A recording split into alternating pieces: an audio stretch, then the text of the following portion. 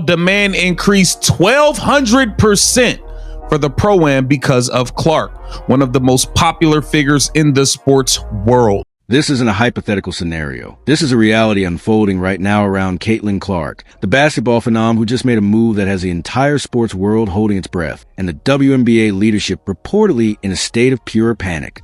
If you think you know the whole story, think again.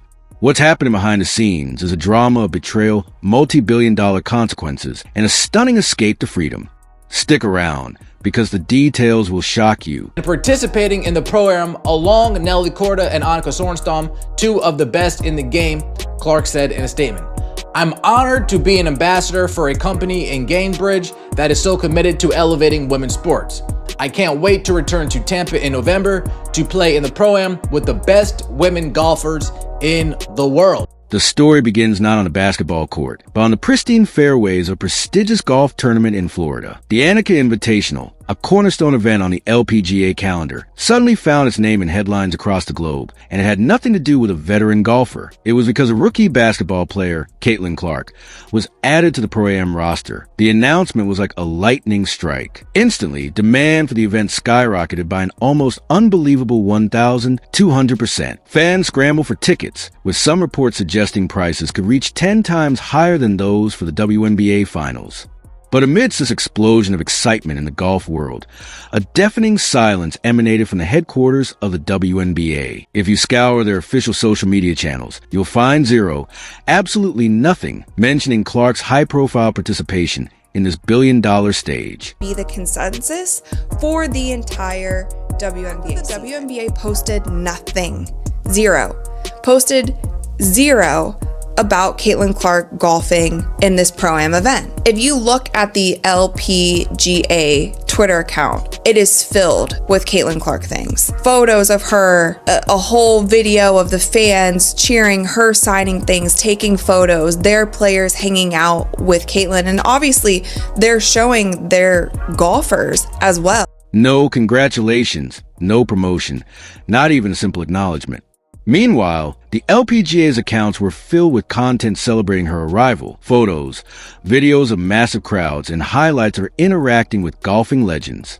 This stark contrast, this deliberate silence from the league she currently plays for, speaks volumes about a relationship that is fractured beyond repair. What do you think Caitlin should do? Let me know your thoughts in the comments below, and tell me what city and state you're watching from. And don't forget to hit that like button and subscribe. Okay, to understand why this silence is so profound, we have to rewind to Caitlin Clark's arrival in the WNBA. Heralded as the savior of women's basketball, she was supposed to be the league's golden goose, a player whose unprecedented shooting range and court vision would translate into sold-out arenas and record-breaking television contracts. And in many ways, she delivered on that promise instantly. But from the very first tip-off of her professional career, a darker, more contentious narrative unfolded, a narrative of relentless physical and verbal targeting. Clark wasn't just facing competitive athletes. She was navigating a gauntlet of overly aggressive play that many observers deemed excessive and intentional. We're talking about hard fouls away from the play, hip check screens, and being consistently grabbed and shoved, often 94 feet from the basket in actions that had little strategic purpose beyond sending a physical message. You have it. The LPGA understand what's great for business. Not what's good for business, what's great. It'd be nice if the WNBA could get with the program. It'd be nice if you didn't allow your greatest asset to get beat up and hacked and fouled 94 feet and be targeted since day one of stepping into the league. It'd be nice. It'd be smart. You'd be better off. But you guys are going to do what you want to do. This wasn't merely rookie hazing. It felt systemic. High-profile incidents, like the much-discussed cheap shot from Chindy Carter that went viral, became emblematic of her entire rookie experience. Fans and sports analysts across the nation voiced their frustration, questioning why the league's officiating crew, and by extension, Commissioner Kathy Engelbert's office, seemed so hesitant to consistently enforce the rules and protect their most marketable player. The criticism wasn't confined to the physical play. It seeped into the media landscape. Veteran players and certain commentators made pointed remarks, often downplaying her impact or suggesting she was receiving undeserved special treatment, a sentiment that seemed to resent the massive spotlight and new fan base she single-handedly attracted. This collective experience, the on-court battles coupled with the off-court skepticism, forged a powerful underdog narrative for Clark. She became a paradoxical figure, the league's undeniable biggest draw, and its most frequently targeted individual, a superstar who was simultaneously celebrated by the public and seemingly tested by the very ecosystem she was elevating. Most groups had a handful, sometimes a dozen followers. Clark had thousands. She played the front nine with the world number one Nelly Korda and back nine with golf icon Annika Sorenstam, the event's host. It was an honor to play the Pro-Am with Caitlin last year. The crowds were amazing, and we are excited for her to return to the Annika in November. Annika said she added such a great dynamic to our. Now, let's look at how a different sport, the LPGA, handled the arrival of this very same athlete. When Caitlin Clark showed up to their event, they didn't see a problem or a disruption. They saw a historic opportunity. The Pro-Am she participated in was originally not even scheduled to be televised, treated as a peripheral event before the main tournament. But the LPGA leadership demonstrated acute business savvy by listening to the overwhelming organic fan demand. They monitored the emails flooding their inboxes, saw the social media buzz exploding, and recognized the questions about how to watch and where to get tickets were not just noise. They were signals of a major cultural moment, and they acted with decisive speed. They secured a television deal, effectively creating a new broadcast opportunity out of thin air purely to showcase Clark's participation. The LPGA just did everything that the WNBA should have been doing this season. They did it all correct in literally one day. So I talked about it in a previous video how this Pro-Am event originally wasn't even going to be televised, but there were so many fans who were emailing the organization saying, how can we watch Caitlin? Can we come to the event? Can you live stream it? All of these things. And it ended up being put on television. And that was great. Fans were really excited about that. Their curation of her experience was masterful. They didn't hide her. They showcased her by pairing her with the absolute best in the game, world number one Nelly Korda for the front nine, and golf icon Annika Sorenstam, the host of the event herself, for the back nine. This wasn't a random pairing. It was a symbolic passing of the torch and a statement of respect. Sorenstam herself publicly stated it was an honor to play with Clark, praising the amazing crowds and expressing genuine excitement for her return. The LPGA, in one decisive day, executed a perfect playbook on how to leverage star power. They did what the WNBA failed to do all season. They not only celebrated Caitlin Clark, they actively built an event around her. They understood a fundamental principle of sports marketing, that every new pair of eyeballs she brought was a potential new fan for life, a potential new junior golfer, a new source of revenue. They rolled out the red carpet with genuine enthusiasm. And in return, Clark delivered them a global audience and a level of mainstream attention they rarely receive. Caitlin Clark, they understand what that could do for their sport. They understand that let's say 1,000 new eyeballs, 10,000 new eyeballs show up. If only they could get a fraction of those new eyeballs to become fans, they understand that's a win. They understand that that's a bonus. They understand that's not the opportunity that comes across them every single day. So they need to capitalize on this moment. We also had the speaking engagement that Caitlin Clark took part in last season. I'm assuming we're going to run it all back.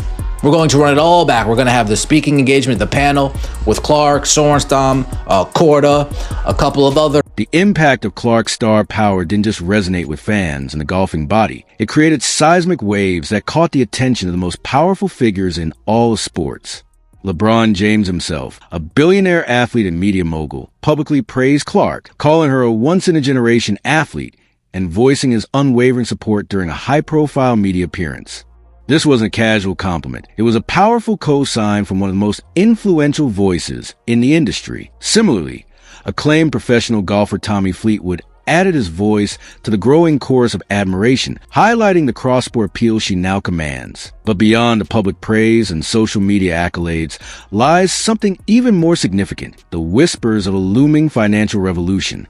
Rumors began to swirl from reputable business and sports business insiders that Clark's next wave of endorsement deals, potentially with major golf equipment brands, apparel lines, or even interest from other sports leagues looking for a cultural touchstone, could be in the realm of hundreds of millions of dollars. With some speculative analyses even suggesting her long-term earning potential could touch the billion-dollar mark when considering equity stakes and ownership opportunities. These aren't just simple sponsorship offers. They are potential escape routes from a traditional sports career path. They represent a tangible future where Caitlin Clark is not just a women's basketball player, but a global sports icon whose value and influence completely transcend any single league, including the WNBA. For the WNBA, a league that has struggled for decades to achieve financial parity, this is the ultimate nightmare scenario. The realization that their biggest star might be more valuable elsewhere. You can almost feel the palpable panic emanating from the WNBA's headquarters in New York. Commissioner Kathy Engelbert, the same figure who presided over a season where player treatment, particularly of Clark, was a constant and vocal controversy, is now facing a stark new reality where her league's biggest star might not need him anymore. While reports of her being furious are speculative, the underlying business logic suggests she absolutely should be concerned on a monumental level. This isn't just about losing a popular player when her contract ends. This is about losing the key to untapped billions in revenue, the central figure in their growth strategy. Clark was a rising tide that was supposed to lift all boats in the WNBA, creating a new era of profitability and cultural relevance. But if she decides to sail away to these greener pastures, whether in golf, broader entertainment, or a different league, the WNBA could be left as nothing more than a footnote, the where she started chapter in the story of her legendary rise. They had a golden goose, a generational talent who captivated a nation, but instead of building a secure and supportive golden cage, they allowed the internal and external environment to become so perceived as hostile and unwelcoming that the goose is now actively and very publicly looking for a new, more appreciative coop. An entire sports world is watching this drama unfold in real time.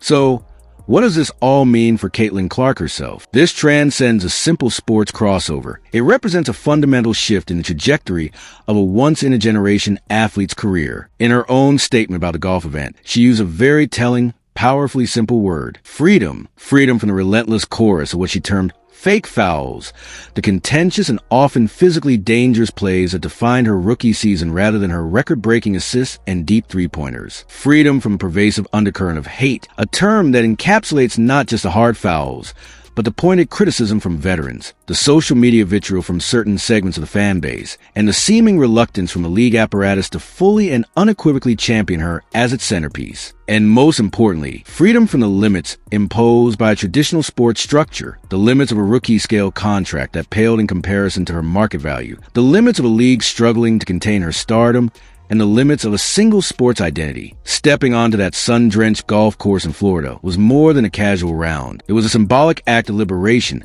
a strategic and very public declaration of independence. It was her showing the world that her talent, her brand, and her immense cultural influence are not confined to the hardwood of a basketball court. She has, in the eyes of many, officially outgrown the WNBA cage, a structure that seemed designed to contain a player of a bygone era, not a paradigm-shifting phenomenon. The league that underpaid her based on an archaic salary scale, who some players openly criticized her for the attention she earned, and whose leadership seemingly failed to protect her from a level of physical scrutiny that many deemed excessive, now has to watch on the sidelines as she is celebrated on a global stage they cannot control, regulate, or monetize directly. This moment is not an endpoint. It is a gateway. We are witnessing the blueprint for the modern athlete empire builder. Clark is demonstrating that her identity is not WNBA player, but Caitlin Clark, global sports icon, and basketball is simply one of the languages she speaks. This move into the golf world, welcomed with open arms by legends like Annika Sorenstam,